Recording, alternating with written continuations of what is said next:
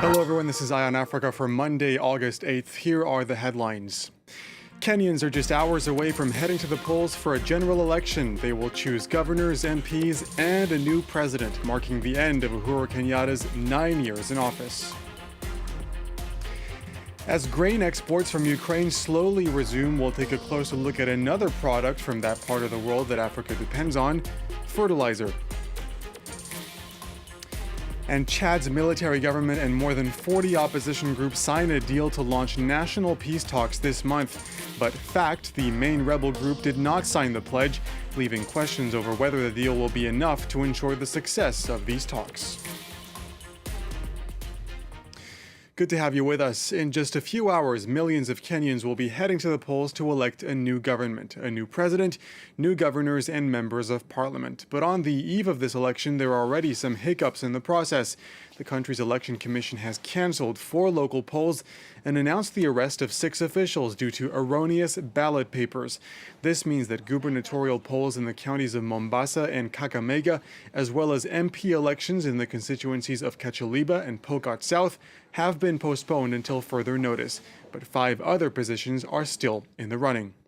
Whatever does happen tomorrow, though, this election will mark the end of Uhuru Kenyatta's 9 years in office. The 2 candidates to replace him, Deputy President William Ruto or veteran opposition leader and former Prime Minister Raila Odinga. Our very own Vivian Wandera is at the National Tallying Center in Nairobi. She explains why Tuesday's vote will be so important for the region. This election is the 7th since the introduction of multi-party politics in 1992 and the 3rd since the promulgation of the new constitution in 2010. Now Kenya is a healthy democracy and serves as a beacon of hope and stability in the region, with different countries like Rwanda, Uganda, and South Sudan having long-serving iron-fisted rulers. Now a smooth and peaceful election will send a message to other governments that it's better to have peaceful politics rather than authoritarianism, which is common in the region. Now Kenya is being watched closely by other countries in East Africa as it is the main transport and economic hub. Any form of violent breakdown after the poll will largely affect these countries. Now, different leaders within the region have shown proximity to different candidates in the polls. Museveni from Uganda has shown proximity to William Ruto, while DRC's Tshisekedi has shown proximity to former opposition leader Raila Odinga. They, among other leaders in the region, will be paying keen attention to this election as they want to see who will be Kenya's next president, as this person will play a key role in the politics of the region. Now, as grain exports from Ukraine slowly resume, countries around the world are breathing a sigh of relief given the importance of Ukraine as a grain producer. But one lesser-known fact, the country is also a key supplier of fertilizer to the African continent. And as our correspondents tell us in this next report, farmers in Guinea have been feeling the pinch. Usman is worried about the upcoming harvest. He relies heavily on imported fertilizer to grow pineapples on his farm, some 100 kilometers away from the Ghanaian capital. Unfortunately for him, fertilizer prices have soared thanks to the war in Ukraine. These products have become extremely expensive. 1 year ago, it was the equivalent of 30 euros per bag. Now it's 60 euros per bag. In other words, a 100% increase. If you need to buy enough to cover all these fields, you can see how it can be difficult to have the means to do so. Urea, NPK, and potassium are normally the main fertilizers sold at Kindia market, but recent months have seen shortages. As you can see, there is not even a ton of fertilizer here at the moment.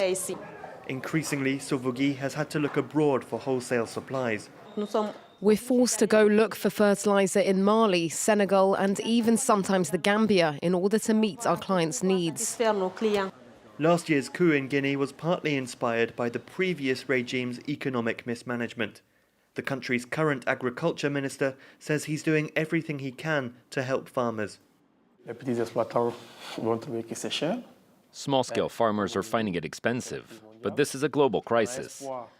We hope that we can get new supply. The government is making efforts. The president of the transitional government has been clear about agriculture. It's an absolute priority. The issue is particularly acute in rural areas home to 2/3 of the Ghanaian population. It's hoped that resumed shipping from southern ports in Ukraine could help ease some of the market pressure. U.S. Secretary of State Antony Blinken has kicked off a three-nation tour of Africa. He arrived in South Africa on Sunday, and he began by visiting a museum commemorating how the country's black youths helped end white racist rule. Blinken's visit is part of somewhat of a competition between Russia and the West as the two sides battle for support over the war in Ukraine.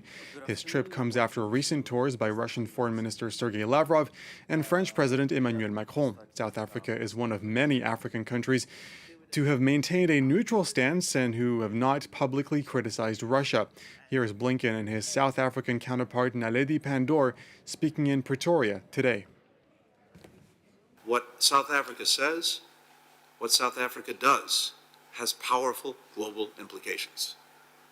And that makes this strategic dialogue a vital forum, marking a serious commitment by both of our governments to this bilateral relationship and to the work we're doing together, not only between us, but regionally and globally. We must also reinforce our common commitment to multilateralism, democracy, and human rights, and use the proven tools of diplomacy, peace-building dialogue, and mediation to resolve conflict and end the intolerable and unnecessary human suffering which results from wars and other forms of conflict. Let's take a look now at some of the other stories making headlines across the continent this Monday.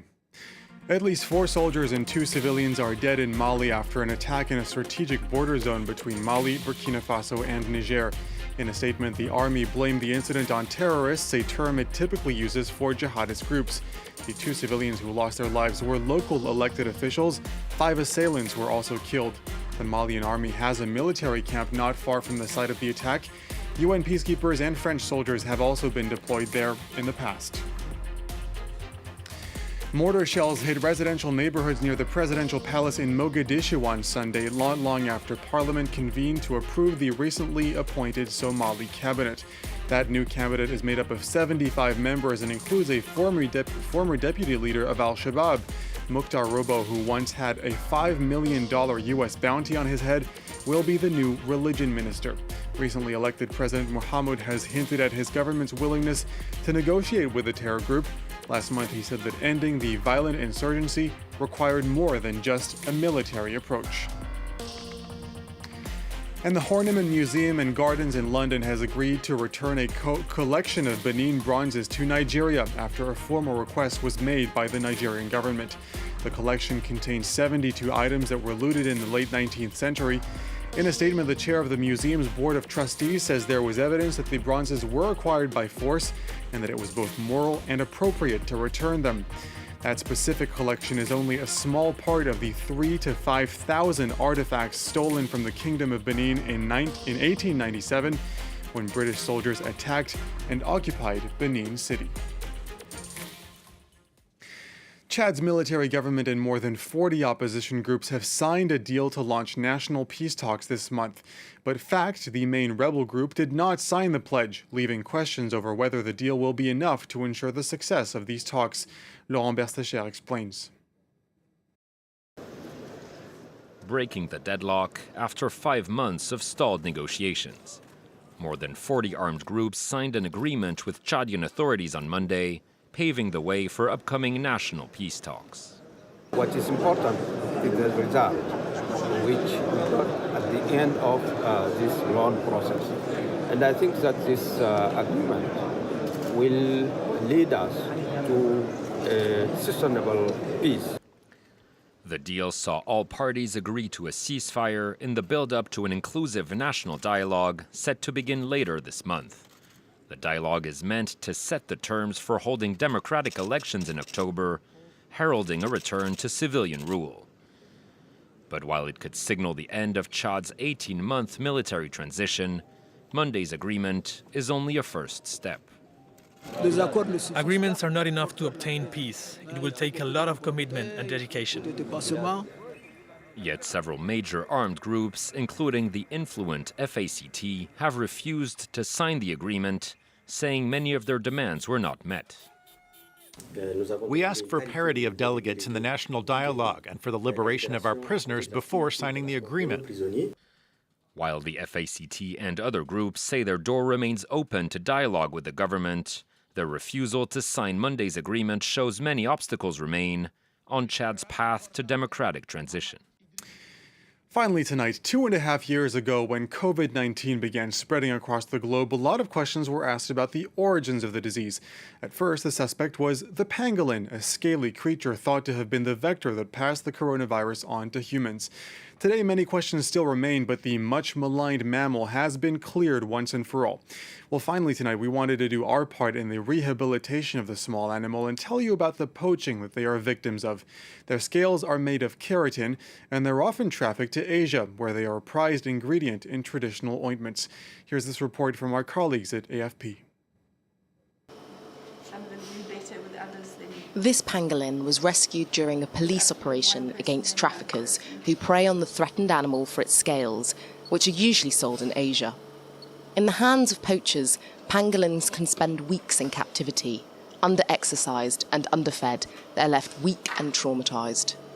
Lumbi will remain under observation in this veterinary hospital outside Johannesburg, which specialises in the protection of the indigenous species. We haven't yet figured out exactly what the parasite is, but he's suffering from a blood parasite. And what the blood parasite is doing is destroying his red blood cells, so it's making him anemic. And we've been trying to cope with that.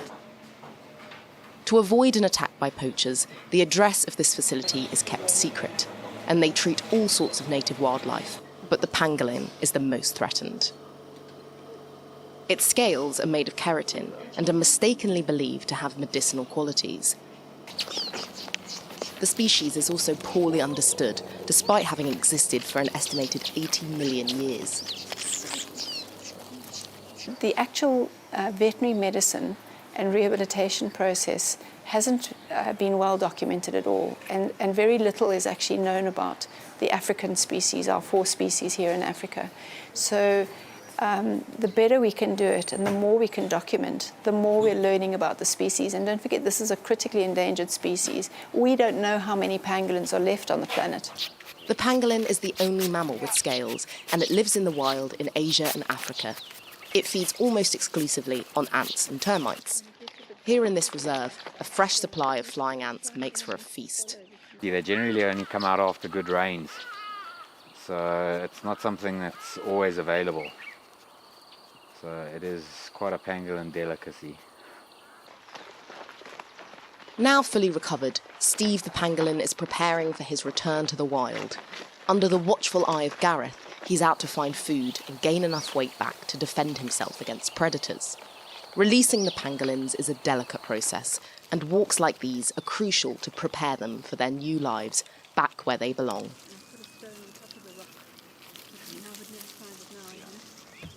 Adorable little creature. That does it for this edition of Eye on Africa. Thank you very much for watching. Stay with us.